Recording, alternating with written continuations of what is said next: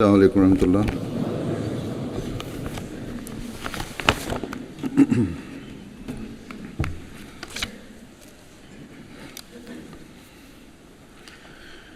اشہد ان لا الہ الا اللہ وحدہ لا شریک لہ واشہد ان محمدا عبدہ ورسولہ اما بعد فاعوذ باللہ من الشیطان الرجیم بسم اللہ الرحمن الرحیم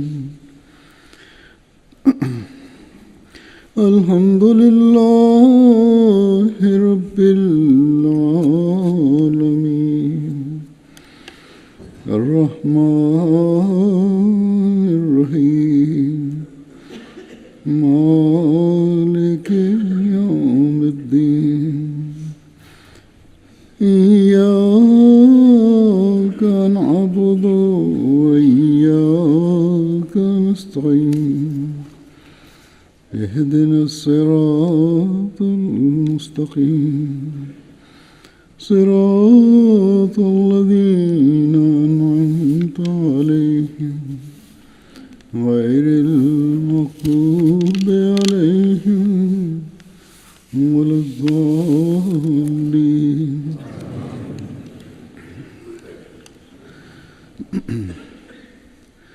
حضرت مسلم موعود رضی اللہ عنہ ایک دفعہ یہ مضمون بیان فرما رہے تھے کہ انسان کے لیے دو چیزوں کی صفائی بہت ضروری ہے، جن میں سے ایک سوچ اور فکر ہے اور دوسری لطیف جذبات، نیکی کے جذبات ہیں۔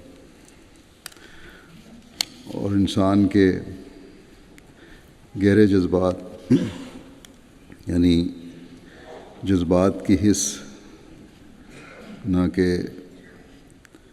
عارضی جذبے سے قلوب کی صفائی سے پیدا ہوتے ہیں،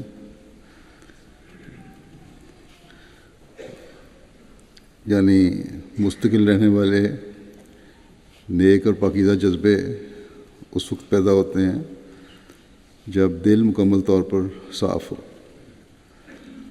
اور افکار کی صفائی یعنی خیال، سوچ اور غور کا ہمیشہ صاف رہنا، جسے عربی میں تنویر کہتے ہیں، دماغ کی صفائی سے حاصل ہوتی ہے۔ تنویر اس بات کو کہتے ہیں کہ انسان کے اندر ایسا نور پیدا ہو جائے کہ ہمیشہ صحیح خیال پیدا ہو۔ تنویر کوشش کر کے پاک خیال پیدا کرنا نہیں ہے، بلکہ ایسا ملکہ پیدا ہو جائے کہ ہمیشہ صحیح خیالات پیدا ہوتے رہیں، کبھی کوئی غلط قسم کے خیالات آئیں ہی نہ۔ اور ظاہر ہے یہ باتیں مسلسل کوشش اور اللہ تعالیٰ کے فضل سے ہی پیدا ہوتی ہیں۔ بہرحال اس بارے میں آپ حضرت مسیح علیہ السلام کے حوالے سے بیان فرماتے ہیں کہ حضرت مسیح علیہ السلام سے میں نے خود سنا ہے، بعض دفعہ جب آپ سے کوئی فقہی مسئلہ پوچھا جاتا تو چونکہ یہ مسائل زیادہ تر انہی لوگوں کو یاد ہوتے ہیں جو ہر وقت اسی کام میں لگے رہتے ہیں، بسا اوقات آپ فرمایا کرتے کہ جاؤ مولوی نور الدین صاحب سے پوچھ لو، یا مولوی عبدالکریم صاحب مرحوم کا نام لیتے کہ ان سے پوچھ لو، یا مولوی سید حسن صاحب کا نام لے کر فرماتے کہ ان سے پوچھ لو، یا کسی اور مولوی کا نام لے لیتے۔ اور بعض دفعہ جب آپ دیکھتے کہ اس مسئلے کا حل کسی ایسے امر سے متعلق ہے جہاں بحیثیت مامور آپ کے لیے دنیا کی رہنمائی کرنا ضروری ہے، تو آپ خود وہ مسئلہ بتا دیتے، مگر جب کسی مسئلے کا جدید اصلاح سے تعلق نہ ہوتا تو آپ فرما دیتے کہ فلاں مولوی صاحب سے پوچھ لیں، اور اگر وہ مولوی صاحب مجلس میں بیٹھے ہوئے ہوتے تو ان سے فرماتے کہ مولوی صاحب یہ مسئلہ کس طرح ہے. مگر بعض دفعہ ایسا بھی ہوتا کہ جب آپ کہتے کہ فلاں مولوی صاحب نے یہ مسئلہ دریافت کر لو، تو ساتھ ہی آپ یہ بھی فرماتے کہ ہماری فطرت یہ کہتی ہے کہ یہ مسئلہ یوں ہونا چاہیے. اور پھر فرماتے کہ ہم نے تجربہ کیا ہے کہ باوجود اس کے کوئی مسئلہ ہمیں معلوم نہ ہو تو اس کے متعلق جو آواز ہماری فطرت سے اٹھے، بعد میں وہ مسئلہ اسی رنگ میں حدیث اور سنت سے ثابت ہوتا ہے. حضرت مسلم فرماتے ہیں کہ یہ چیز ہے جو تنویر کہلاتی ہے. تو تنویر اس بات کو کہتے ہیں کہ انسانی دماغ میں جو خیالات بھی پیدا ہوں وہ بھی درست ہوں.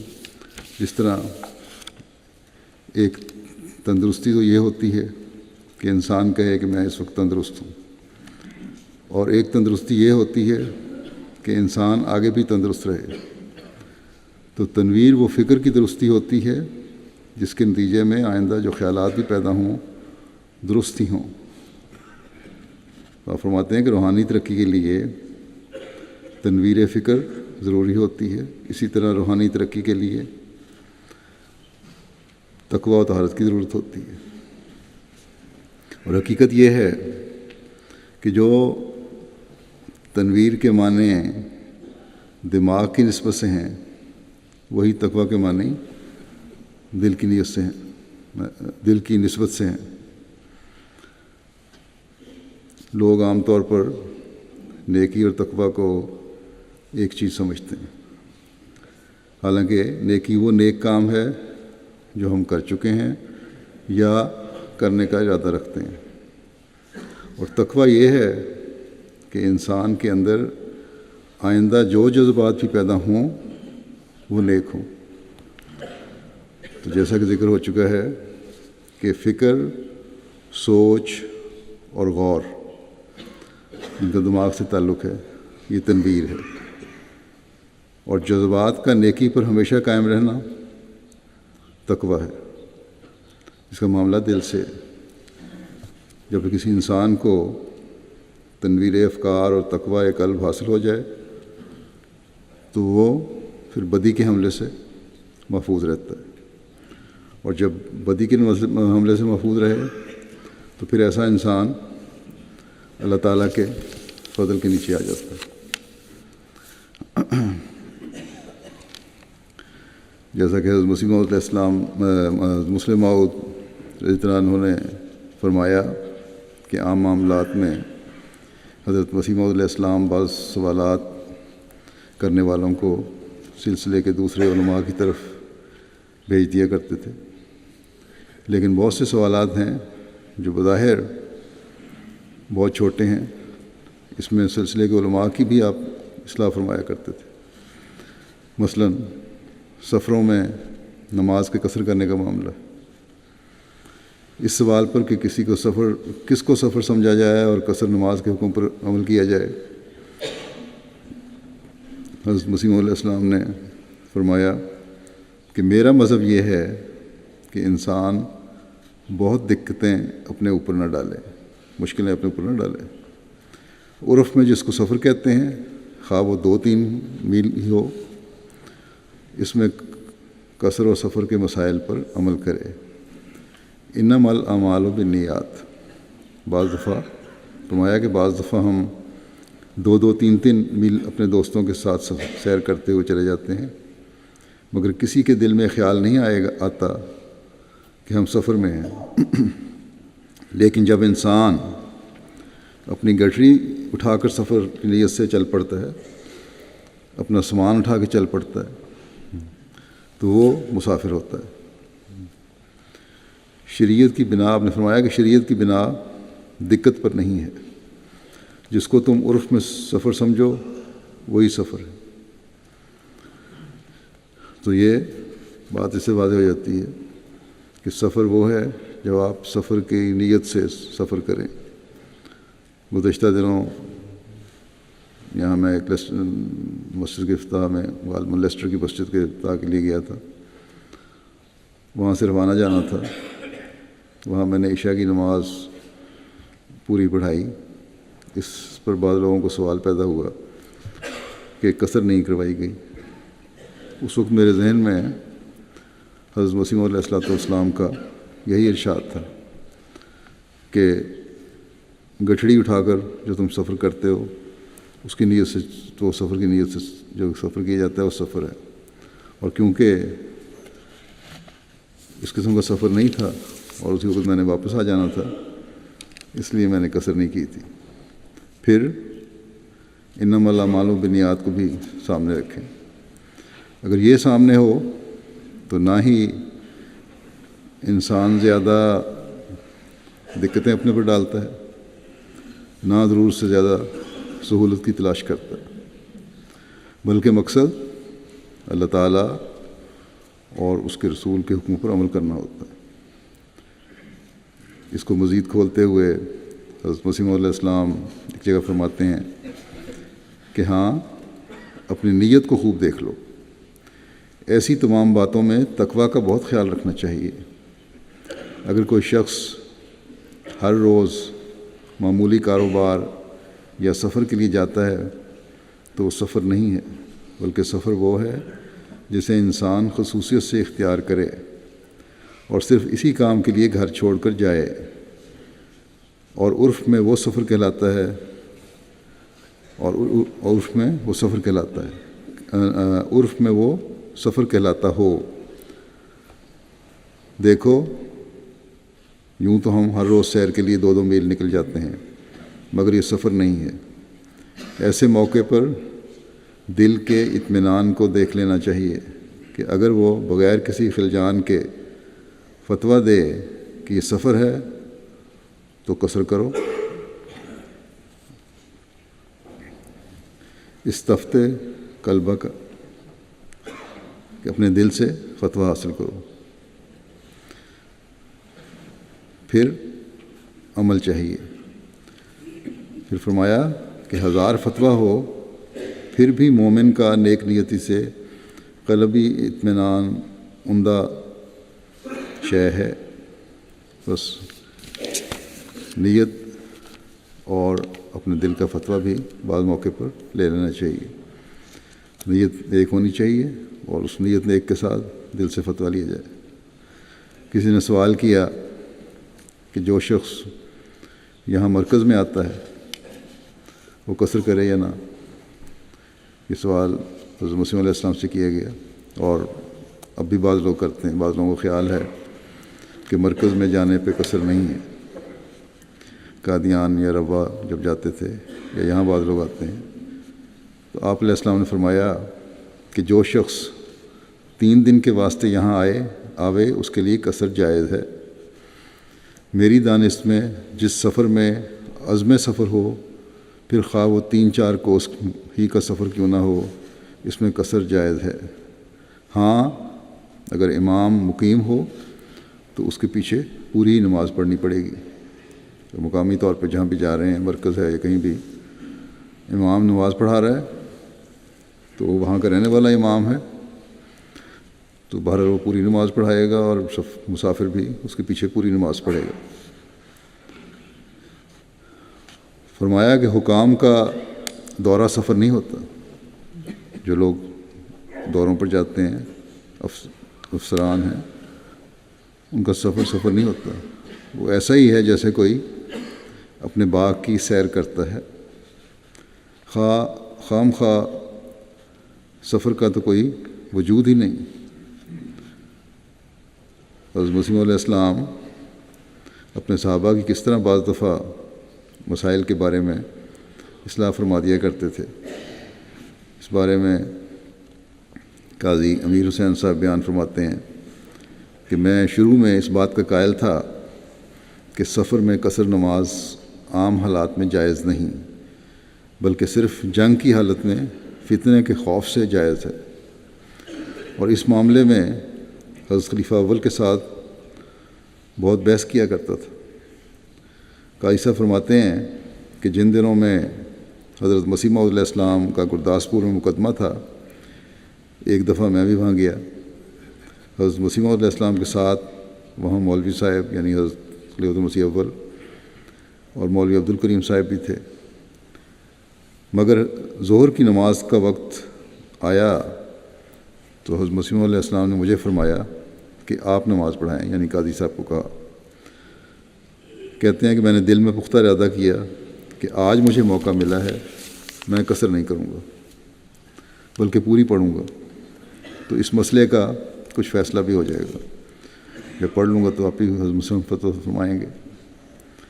قاضی صاحب بیان کرتے ہیں کہ میں نے یہ فیصلہ کر کے ابھی ہاتھ اٹھائے ہی تھے اللہ اکبر کہنے کے لیے، اور اس نیت کے ساتھ اٹھائے تھے کہ قصر نہیں کروں گا، تو حضرت مسیح علیہ السلام میرے پیچھے دائیں طرف کھڑے تھے۔ آپ فوراً قدم بڑھا کر آگے آئے اور میرے کان کے پاس منہ کر کے فرمایا، قاضی صاحب 2 ہی پڑھیں گے نا؟ تو میں نے عرض کیا، حضور 2 ہی پڑھوں گا۔ بس اس وقت سے، قاضی صاحب کہتے ہیں، بس اس وقت سے ہمارا مسئلہ حل ہو گیا اور میں نے اپنا خیال ترک کر دیا۔ تو اس طرح تھا صحابہ کا، کس طرح شرح صدر کے ساتھ فوری طور پر فیصلے ختم کر لیا کرتے تھے۔ ضمناً یہ بھی بتا دوں کہ حضرت مسیح موعود علیہ السلام نے مختلف مواقع پر فقہی مسائل بیان فرمائے ہوئے ہیں۔ یہ نہیں کہ ہر مسئلہ کو آپ علماء کی طرف پھیر دیا کرتے تھے، خود بھی بیان فرمایا کرتے تھے۔ ان تمام مختلف موقعوں پر مختلف مجالس میں جو آپ نے فقہی مسائل بیان فرمائے ہیں، ان کو اب وزارت اشاعت پاکستان نے بڑی محنت سے بعض علماء کے ذریعے سے، جن میں جامعہ کے فقہ کے پروفیسر شامل ہیں اور طلباء بھی، ان کے ذریعے سے یکجا کیا ہے، جو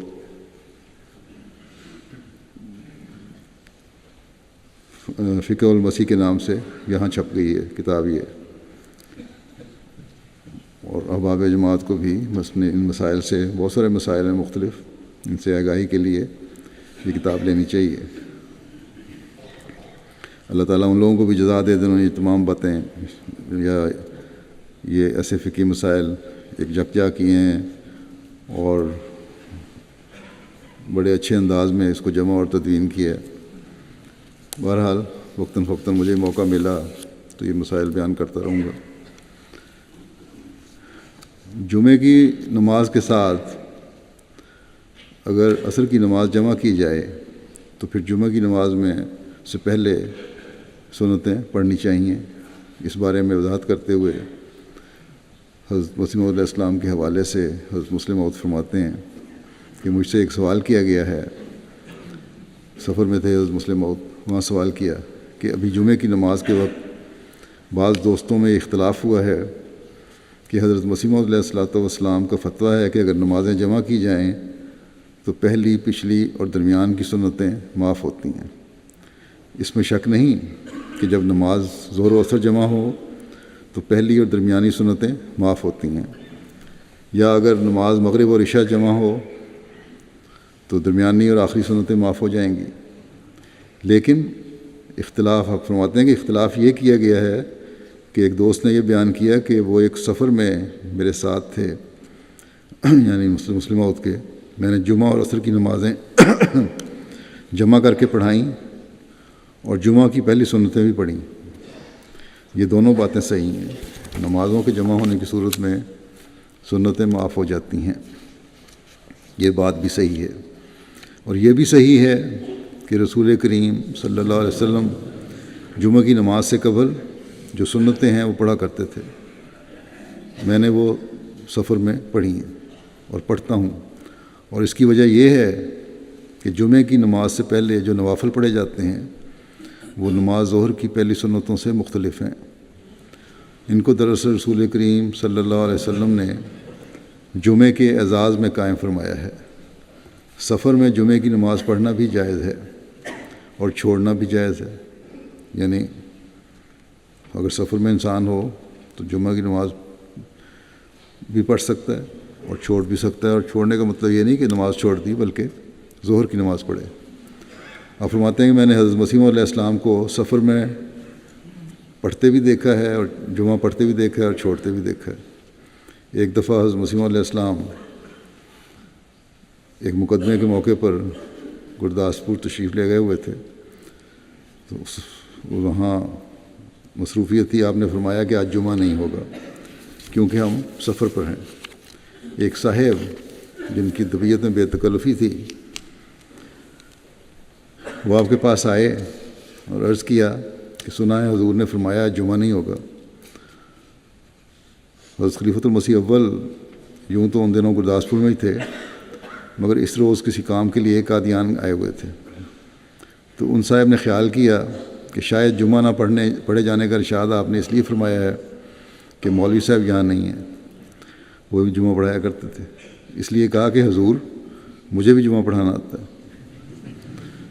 آپ حضرت مسیح نے فرمایا ہاں آتا ہوگا، مگر ہم تو سفر پر ہیں اس لیے نماز پڑھ رہے ہیں آج ظہر کی۔ ان صاحب نے کہا کہ حضور مجھے اچھی طرح جمعہ پڑھانا آتا ہے اور میں نے بہت دفعہ پڑھایا بھی ہے۔ اس پر حضرت مسیح السلام نے جب دیکھا کہ ان صاحب کو جمعہ پڑھانے کی بہت خواہش ہے تو فرمایا کہ اچھا آج جمعہ ہو جائے۔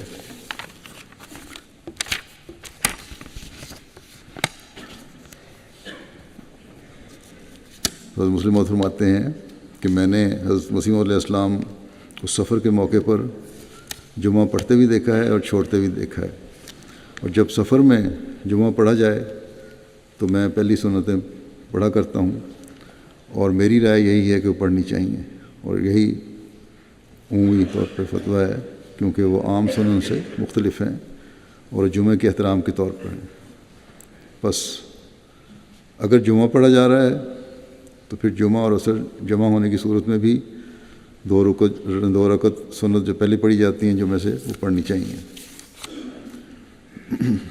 انسانی زندگی میں خوشی کے مواقع ذاتی بھی آتے ہیں، جماعتی بھی آتے ہیں اور ملکی بھی آتے ہیں، اور خوشی کے موقعوں پر ان کا اظہار بھی ہوتا ہے، لیکن بعض لوگ اس میں افراط اور تفریط کا شکار ہو جاتے ہیں، یا خوشی کے اظہار پر بے انتہا خرچ کیا جاتا ہے، یا مذہب کے حوالے سے یا کسی اور نام سے بالکل ہی ظاہری اظہار کو گناہ سمجھا جاتا ہے۔ اسلام دونوں صورتوں کی نفی کرتا ہے۔ حضرت مسیح علیہ السلام جو اس زمانے میں ہمیں اسلامی تعلیم کے مطابق میانہ روی کے راستوں پر چلانے آئے، آپ نے ہمیں ہر چھوٹی سے چھوٹی چیز کے بارے میں بھی رہنمائی فرمائی، دینی معاملات میں بھی اور دنیاوی معاملات میں۔ نماز کا تو میں ذکر کر رہا ہوں، اب ایک ظاہری دنیاوی خوشی کے موقع پر کس طرح اظہار ہونا چاہیے، اس بارے میں آپ علیہ السلام نے کیا رہنمائی فرمائی، اس کے متعلق حضرت مسلم موعود رضی اللہ عنہ نے جو حضرت مسیح علیہ السلام کے عمل کو ہمارے سامنے رکھا ہے وہ پیش کرتا ہوں۔ آپ فرماتے ہیں کہ حضرت مسیح علیہ السلام سے چراغاں ثابت ہے، یعنی جب کوئی خاص موقع ہو تو اس پہ چراغاں کیا جاتا ہے، اور اس چراغاں کے بیان کرنے کی وجہ یہ بنی کہ ملکہ وکٹوریہ کی جوبلی پر چراغاں کیا گیا تھا، تو اس پر لوگوں نے، یا کسی اور موقع پر چراغاں کیا گیا تو اس پر حضرت مسلم موعود نے فرمایا کہ ملکہ وکٹوریہ کی جوبلی پر بھی چراغاں کیا گیا تھا، اور یہ حضرت مسیح علیہ السلام سے چراغاں ثابت ہے۔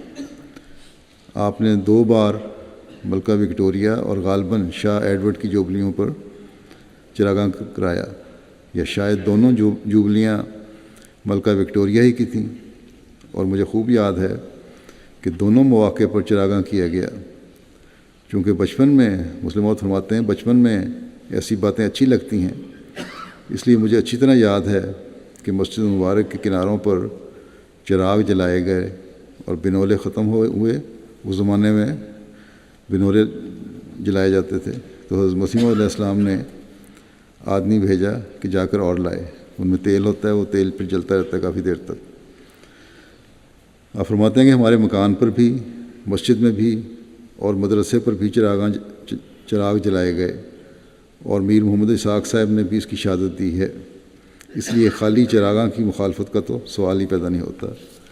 بعض لوگ کہتے ہیں جی چراغاں غلط چیز ہے، ہونے کو اس کا ایسی کوئی بات نہیں۔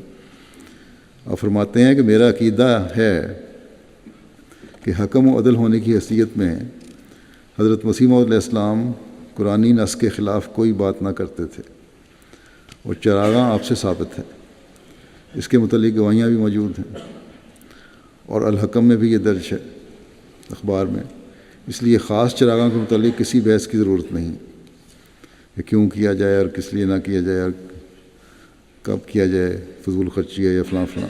بہرحال آپ فرماتے ہیں کہ حضرت مسیح علیہ السلام نے اس رنگ میں جو خوشی کا اظہار کیا وہ اپنے اندر ایک حکمت رکھتا ہے، جیسا کہ مومن کی ہر بات اپنے اندر حکمت رکھتی ہے۔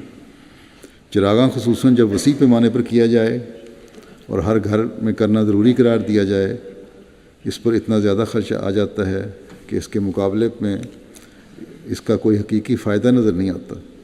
ہاں، جہاں اس کی ملکی اور سیاسی ضرورت ہو یا جہاں زیادہ روشنی کی ضرورت ہو، وہاں اگر کیا جائے تو کوئی حرج نہیں، جیسا کہ میر صاحب نے حضرت عمر کی طرف سے حضرت میر محمد اسحاق صاحب نے بتایا کہ روایتوں میں آتا ہے کہ حضرت عمر کی طرف سے مسجد میں زیادہ روشنی کے انتظام کی مثال زیادہ روشنی کا انتظام کیا گیا، تو میر صاحب نے اس کی مثال دی کہ مسجد میں ضرورت سے زیادہ روشنی کا اہتمام کیا گیا تھا۔ اور مسجد، آپ فرماتے ہیں کہ مسجد ایک ایسی جگہ ہے جہاں زیادہ روشنی کی ضرورت ہے، کیونکہ لوگ وہاں قرآن شریف پڑھتے ہیں یا اور دینی کتب کا مطالعہ کرتے ہیں۔ بس اگر حضرت عمر نے مسجد میں زیادہ روشنی کا انتظام کیا تو اس میں حکمت تھی، ورنہ جہاں تک ہم دیکھتے ہیں اسلام میں خوشیاں ایسے رنگ میں منائی جاتی ہیں کہ بنی نوع انسان کو اس سے زیادہ فائدہ پہنچ سکے۔ مثلا عید ہے، اس میں قربانی کرنے سے غریبوں کو گوشت ملتا ہے، عید الفطر پر فطرانہ سے غریبوں کو مدد دی جاتی ہے۔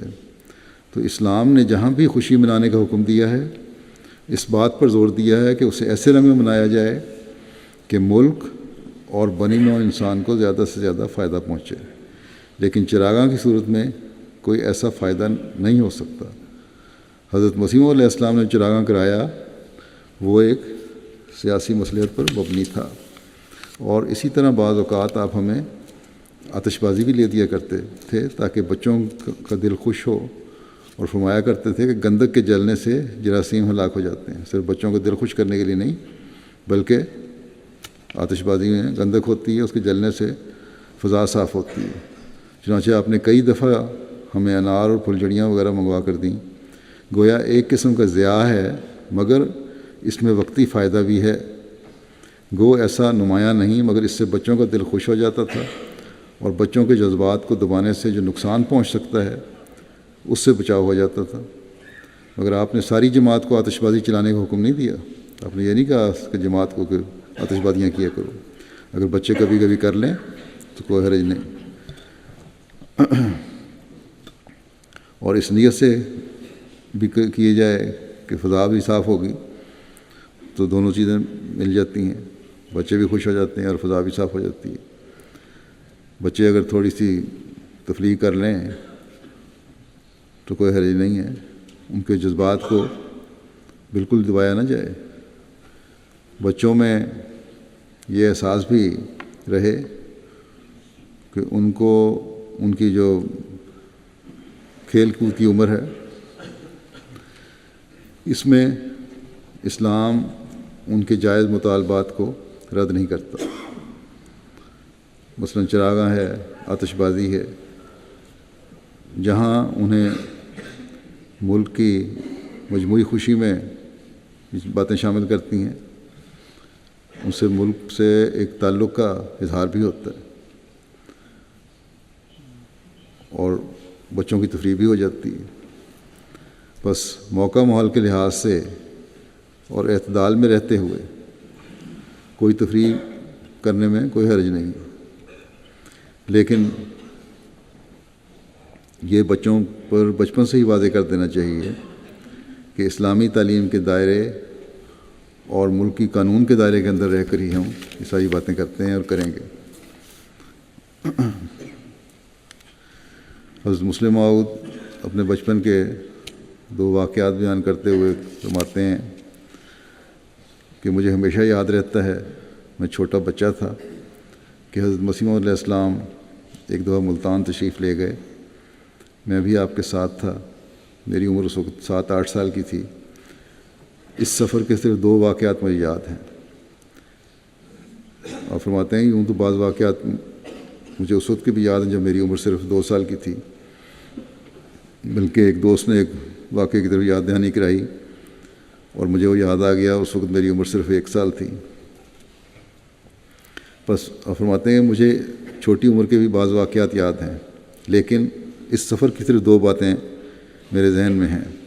پہلی بات تو یہ ہے کہ واپسی پر حضرت مسیح علیہ السلام لاہور ٹھہرے۔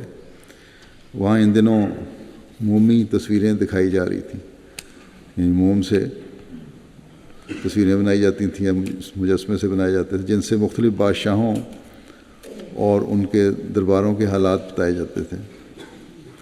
شیخ رحمۃ اللہ صاحب مالک انگلش ویئر ہاؤس، جو ان دنوں بمبئی ہاؤس کہلاتا تھا، انہوں نے حضرت مسیح علیہ السلام سے عرض کیا کہ یہ ایک علمی چیز ہے، ایسی معلوماتی چیز ہے، تاریخ کے بارے میں بتایا جاتا ہے، علمی چیز ہے، آپ اسے دیکھنے کے لیے تشریف لے چلیں۔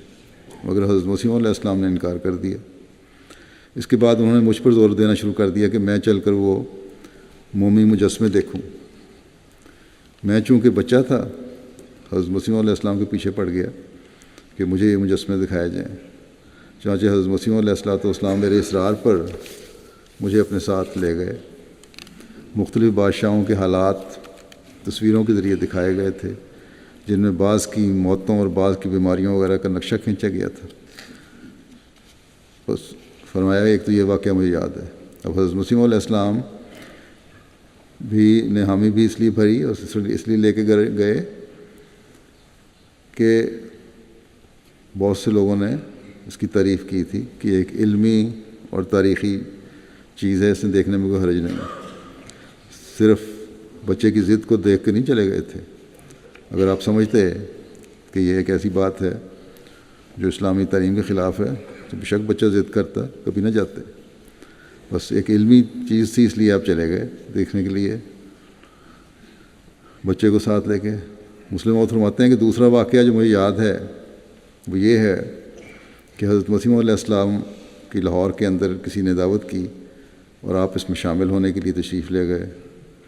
کچھ اثر میرے دل پر بھی ہے کہ دعوت نہیں تھی، بلکہ مفتی محمد صادق صاحب یا ان کا کوئی بچہ بیمار تھا اور آپ اسے دیکھنے کی تشریف لے گئے تھے۔ بہرحال شہر کے اندر سے حضرت مسیح علیہ السلام واپس آ رہے تھے کہ سنہری مسجد کی سیڑھیوں کے پاس میں نے ایک بڑا ہجوم دیکھا جو گالیاں دے رہا تھا، اور ایک شخص ان کے درمیان کھڑا تھا۔ ممکن ہے وہ کوئی مولوی ہو، اور جیسے مولویوں کی عادت ہوتی ہے وہ شاید اپنی طرف سے بے موقع چیلنج دے رہا ہو۔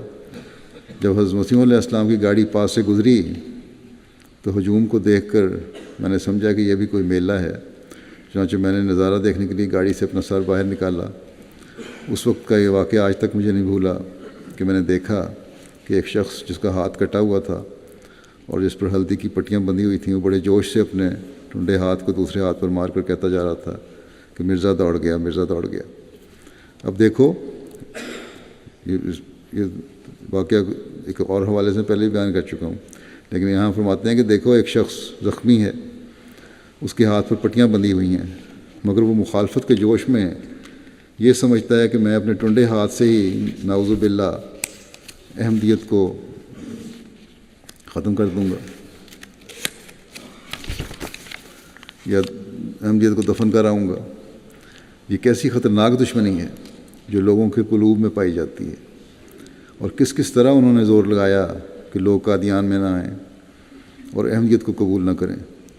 ایسے کئی لوگ احمدیوں میں موجود ہیں جو حضرت مسیح علیہ السلام کے زمانے میں قادیان آنے کے ارادے سے بٹالے تک آئے، مگر پھر ان کو مولوی محمد حسین صاحب بٹالوی نے واپس کر دیا۔ چنانچہ آپ فرماتے ہیں کہ میں نے سنا ہے کہ مولوی عبدالماجد صاحب بھاگلپوری بھی اسی لیے شروع میں احمدیت قبول کرنے سے محروم رہ گئے۔ جب وہ بٹالے میں آئے تو مولوی محمد حسین بٹالوی نے ان کو ورغلا کر واپس کر دیا، اور یہی مولوی محمد حسین صاحب بٹالوی کا روزانہ مشغلہ رہتا تھا۔ وہ ہر روز ریلوے اسٹیشن پر جا پہنچتے، اور جب بعض لوگ قادیان جانے کے ارادے سے اترتے تو وہ انہیں کہتے کہ وہاں جا کر کیا لوگے، وہاں گئے تو ایمان خراب ہو جائے گا، اور کئی لوگ انہیں عالم سمجھ کر واپس چلے جاتے اور خیال کرتے کہ مولوی محمد حسین صاحب جو کچھ کہہ رہے ہیں یہ سچ ہی ہوگا۔ تو یہ سب کچھ مولویوں کی مخالفت کی وجہ سے تھا۔ انہوں نے عوام کو بھی اس حد تک بھڑکا دیا تھا کہ وہ ٹنڈا بھی بیچارہ نعرے لگا رہا تھا۔ یہ سب کچھ حضرت مسیح موعود علیہ السلام کی جو مخالفت ہے، علماء کی طرف سے ان کی جہالت اور ذاتی مفادات کے لیے تھی، لیکن لوگوں کو وہ مذہب کے نام پر اکسا کر اپنے مقصد پورے کر رہے تھے۔ حالانکہ جس بات کو مخالفت کا ذریعہ بنایا جا رہا تھا یا بنایا جاتا ہے آج تک، یہ علماء جو ہیں لوگوں کو بھڑکاتے ہیں۔ حضرت مسیح موعود علیہ السلام آئے ہی اس بات کو قائم کرنے کے لیے تھے، یعنی اسلام کی حقیقی تعلیم بتانا اور آن حضرت صلی اللہ علیہ وسلم کے مقام ختم نبوت کو قائم کرنا۔ آپ تو آن حضرت صلی اللہ علیہ وسلم کے عاشق صادق تھے اور غلام صادق تھے۔ آپ تو آئے اس لیے تھے کہ دنیا کو بتائیں کہ اب دنیا کی نجات اس آخری نبی اور خاتم الانبیاء حضرت محمد مصطفیٰ صلی اللہ علیہ وسلم کے ذریعے سے ہی ہے۔ لیکن ان نام نہاد علماء کی بدقسمتی ہے کہ بجائے اس عاشق رسول کے ساتھ جڑنے کے، اس کی بات ماننے کے، اس پر وہ الزام لگا رہے ہیں کہ نعوذ باللہ کہ ختم نبوت کے منکر ہیں، یا حضرت صلی اللہ علیہ وسلم سے اپنے رتبے کو بڑا سمجھتے ہیں، جبکہ حضرت مسیح موعود علیہ السلام کے عمل اور تعلیم کا ان باتوں سے دور کا بھی واسطہ نہیں۔ آپ صلی اللہ علیہ وسلم نے تو ہر مذہب والے کو چیلنج دیا، آپ علیہ السلام نے ہر مذہب والے کو چیلنج دیا کہ اب راہ نجات صرف اسلام کے ماننے اور آن حضرت صلی اللہ علیہ وسلم کی غلامی میں ہے۔ بہرحال یہ علماء کوشش کرتے رہے اور جماعت بڑھتی رہی، اب بھی یہ کوشش کرتے رہیں گے، کر رہے ہیں اور کرتے رہیں گے، لیکن اللہ تعالیٰ کی یہ تقدیر ہے کہ آن حضرت صلی اللہ علیہ وسلم کے اس غلام صادق کی جماعت نے بڑھنا ہے اور بڑھ رہی ہے اور بڑھتی رہے گی انشاءاللہ۔ اللہ تعالیٰ ہمیں بھی توفیق دے کہ ہم اپنے اندر وہ حقیقی تبدیلی پیدا کریں جو حضرت مسیح موعود علیہ السلام ہم میں چاہتے ہیں، اور حقیقی مسلمانوں کا نمونہ بنیں، اپنے خیالات اور سوچوں میں بھی روشنی پیدا کریں اور اپنے دلوں کو بھی تقویٰ سے بھریں۔ آج بھی میں ایک جنازہ غائب پڑھاؤں گا جمعے کے بعد، جو مکرمہ امت الحفیظ رحمان صاحبہ اہلیہ مکرم ڈاکٹر عطاء الرحمان صاحب سابق امیر ضلع دھائی وال کا ہے۔ 15 اپریل 2016 کو ان کی وفات ہوئی۔ انا للہ و انا الیہ راجعون۔ آپ حضرت میاں عظیم اللہ صاحب صحابی حضرت مسیح موعود علیہ السلام کی بہو اور حضرت شیخ حسین بخش صاحب صحابی حضرت مسیح موعود علیہ السلام کی نواسی تھیں۔ آپ کے والد محترم ملک محمد خورشید صاحب تعمیر کمیٹی روا کے ابتدائی سیکرٹری تھے۔ لمبا عرصہ بطور صدر لجنہ سائی وال خدمت کی توفیق پائی۔ بڑی متوکل، دعا گو، عبادت گزار، مہمان نواز، غریب پرور، مالی قربانی کرنے والی، خلافت سے وفا کا تعلق رکھنے والی صابر شاکر خاتون تھیں۔ سائی وال میں اسیران کے جب واقعات ہوئے اس وقت بہت سے لوگ ملاقات کے لیے ان کے میاں امیر تھے ضلع، آتے تھے ان کے پاس، ان کی مہمان نوازی کرتی ہیں. تقریباً ان کے شوہر ڈاکٹر عطاء الرحمٰن صاحب تقریباً 40 سال تک جماعتی خدمات سے انجام دیتے رہے، اور انہوں نے بڑی خوش اسلوبی سے ان کا ہاتھ بٹایا.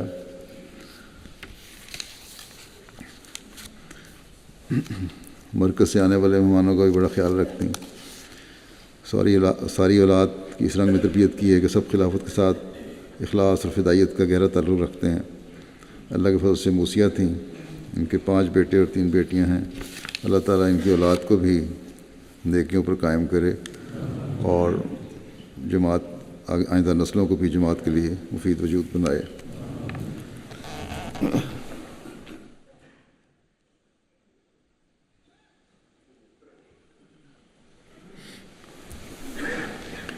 الحمد